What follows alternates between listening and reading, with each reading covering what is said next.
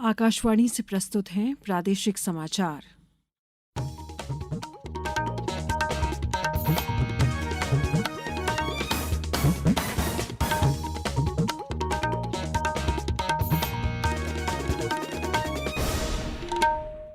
नमस्कार, समाचारों के साथ मैं शेख महजबीन अल्मास। सबसे पहले इस बुलेटिन के मुख्य समाचार। प्रदेश में लाडली बहना हितग्राहियों के लिए 1 से 17 अगस्त तक मनाया जाएगा आभार उपहार कार्यक्रम। पीएम श्री पर्यटन वायु सेवा का कल से होगा विस्तार, खजुराहो से बढ़ेंगी हवाई सेवाएं। प्रदेश में अब मूंग उपार्जन 5 अगस्त तक होगा, किसान हित में मुख्यमंत्री ने दिए निर्देश। कल होगी स्लॉट बुकिंग और प्रदेश में अगले 4 दिन तक तेज बारिश के आसार। सिंगरौली सीधी जिलों के लिए ऑरेंज अलर्ट। अब समाचार विस्तार से। प्रदेश में रक्षाबंधन के पूर्व लाडली बहना हितग्राहियों का आभार उपहार कार्यक्रम आयोजित किया जा रहा है। रक्षाबंधन और सावन उत्सव थीम पर केंद्रित यह कार्यक्रम चयनित जिलों में होगा। 1 से 17 अगस्त के बीच 11 जिले सिंगरौली, सतना, दमोह, नरसिंहपुर, बालाघाट, मंडला, बैतूल, श्योपुर, टीकमगढ़, अनूपपुर और डिंडोरी में कार्यक्रम होगा। इसके तहत मुख्यमंत्री डॉक्टर यादव लाभार्थी महिलाओं को आभार पत्र और उपहार का संदेश देंगे। साथ ही मुख्यमंत्री लाडली बहनों से राखी भी बंधवाएंगे और उनसे चर्चा करेंगे। कार्यक्रम की थीम रक्षाबंधन सावन उत्सव पर होगी। कार्यक्रम स्थल पर लाडली बहनों के लिए झूले लगाए जाएंगे। कार्यक्रम में एक पेड़ मां के नाम अभियान के तहत पौधरोपण होगा एवं स्थानीय सांस्कृतिक कार्यक्रमों का आयोजन होगा। शेष जिलों में मंत्रीगण एवं स्थानीय जनप्रतिनिधियों की उपस्थिति में यह कार्यक्रम होगा। प्रदेश में पर्यटन को बढ़ावा देने और क्षेत्रीय एयर कनेक्टिविटी को बढ़ाने के लिए शुरू की गई पीएम श्री पर्यटन वायु सेवा का अगस्त माह से विस्तार किया जा रहा है। यात्रियों की मांग के चलते खजुराहो को भोपाल, ग्वालियर, रीवा, सिंगरौली से जोड़ा गया है। साथ ही भोपाल और जबलपुर से उज्जैन के लिए वायु सेवा को रविवार के दिन संचालित किया जाएगा। खजुराहो के लिए वायु सेवा का संचालन बुधवार, गुरुवार और शनिवार को होगा। इच्छुक यात्री www.flyola.in पर नए शेड्यूल के बारे में अधिक जानकारी ले सकते हैं और टिकट बुक कर सकते हैं। साथ ही 1800-419-9006 नंबर पर भी टिकट बुकिंग की सुविधा उपलब्ध है। वित्त मंत्री निर्मला सीतारमण ने कहा है कि बजट विकास, रोजगार, कल्याण, पूंजी निवेश और वित्तीय समेकन जैसी प्राथमिकताओं के बीच एक अच्छा संतुलन बनाता है। वे आज राज्यसभा में बजट पर बहस का जवाब दे रही थीं। उन्होंने कहा कि सरकार सबका साथ, सबका विकास, सबका विश्वास, सबका प्रयास के आदर्श वाक्य में विश्वास करती है। वित्त मंत्री ने कहा कि बजट ने सहकारी संघवाद को अधिक समर्थन का प्रस्ताव दिया है। उन्होंने कृषि क्षेत्र में आवंटन में कटौती के विपक्ष के आरोप को खारिज किया। सुश्री सीतारमण ने बताया कि शिक्षा, रोजगार और कौशल के लिए 1,48,000 करोड़ रुपए आवंटित किए गए हैं। केंद्रीय नागरिक उड्डयन मंत्री किंजरापू राममोहन नायडू ने आज लोकसभा में भारतीय वायुयान विधेयक 2024 पेश किया। विधेयक पेश करते हुए मंत्री ने कहा कि विमान अधिनियम 1934 में स्थापित किया गया था। इसमें संशोधनों के कारण उत्पन्न भ्रम दूर करने के लिए भारतीय वायुयान विधेयक लाया गया है।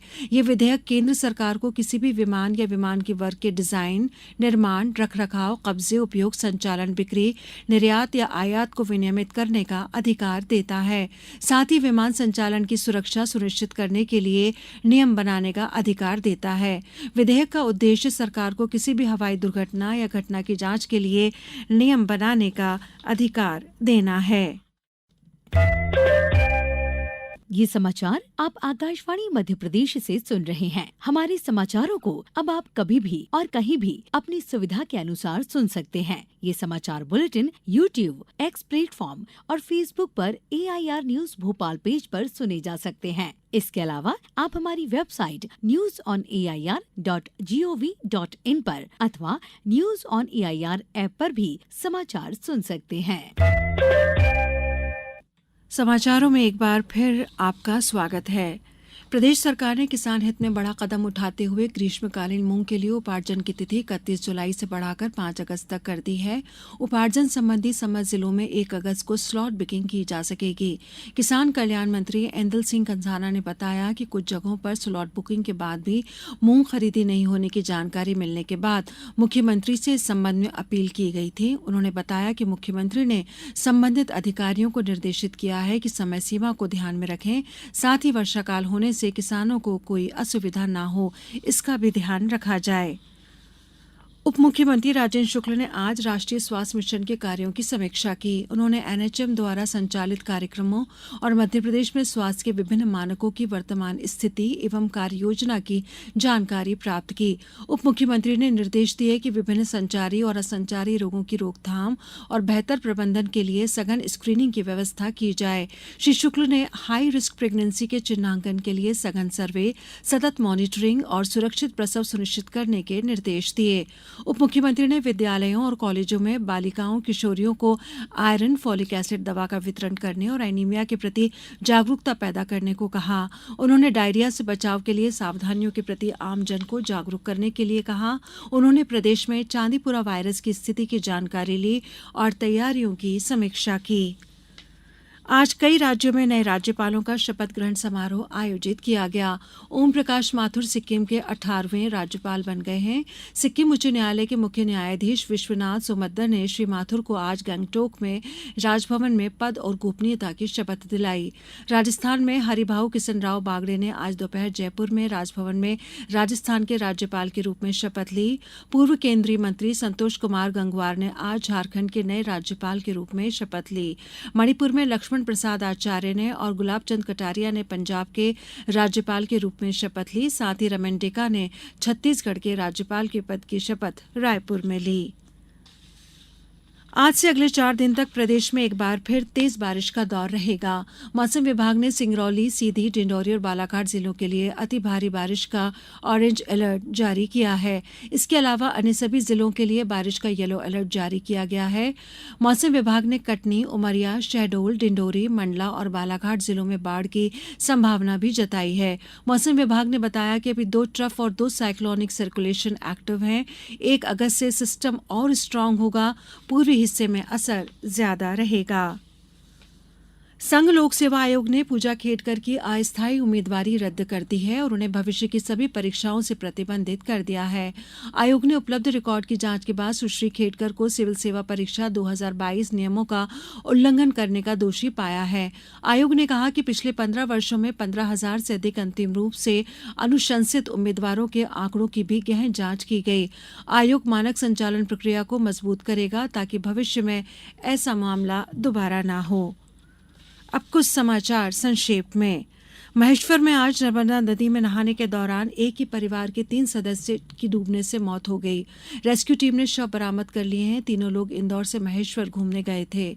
जल संसाधन मंत्री तुलसीराम सिलावट ने रायसेन जिले में स्थित दाहोद डैम का निरीक्षण किया। बांध में जल भराव की स्थिति का जायजा लेते हुए विभागीय अधिकारियों को विस्तृत दिशा निर्देश दिए गए। मुरैना में नगर पालिक निगम द्वारा तलघरों में संचालित कोचिंग सेंटर और अन्य गतिविधियों पर कार्यवाही की है। जिला मुख्यालय पर 1 दर्जन से अधिक स्थानों पर तलघरों के निरीक्षणों के दौरान 3 परिसर को नियम विरुद्ध पाया गया। वहीं कैलारस में 6 तलघरों को सील किया गया है। भोपाल में मंत्रालय स्थित वल्लभ भाई पटेल पार्क में राष्ट्रगीत वंदे मातरम एवं राष्ट्रगान जन गण मन का गायन कल प्रातः 11 बजे किया जाएगा। इसमें मंत्रालय सहित सतपुड़ा एवं विंध्याचल भवन के अधिकारी, कर्मचारी उपस्थित रहेंगे। खंडवा गौरव दिवस के उपलक्ष्य में 3 से 5 अगस्त तक लगातार विभिन्न कार्यक्रम आयोजित किए जाएंगे। खंडवा कलेक्टर अनूप कुमार सिंह ने बताया कि 3 अगस्त को सुबह नगर निगम चौक से प्रभात फेरी आयोजित की जाएगी। शाम को बैंड प्रतियोगिता, फूड स्टॉल, योग प्रदर्शन सहित विभिन्न कार्यक्रम आयोजित किए जाएंगे। अंत में मुख्य समाचार एक बार फिर। प्रदेश में लाडली बहना हितग्राहियों के लिए 1 से 17 अगस्त तक मनाया जाएगा आभार उपहार कार्यक्रम। पीएम श्री पर्यटन वायु सेवा का कल से होगा विस्तार। खजुराहो से बढ़ेंगी हवाई सेवाएं। प्रदेश में अब मूंग उपार्जन 5 अगस्त तक होगा। किसान हित में मुख्यमंत्री ने दिए निर्देश। कल होगी स्लॉट बुकिंग और प्रदेश में अगले 4 दिन तक तेज बारिश के आसार। सिंगरौली, सीधी जिलों के लिए ऑरेंज अलर्ट। इस बुलेटिन में इतना ही। नमस्कार।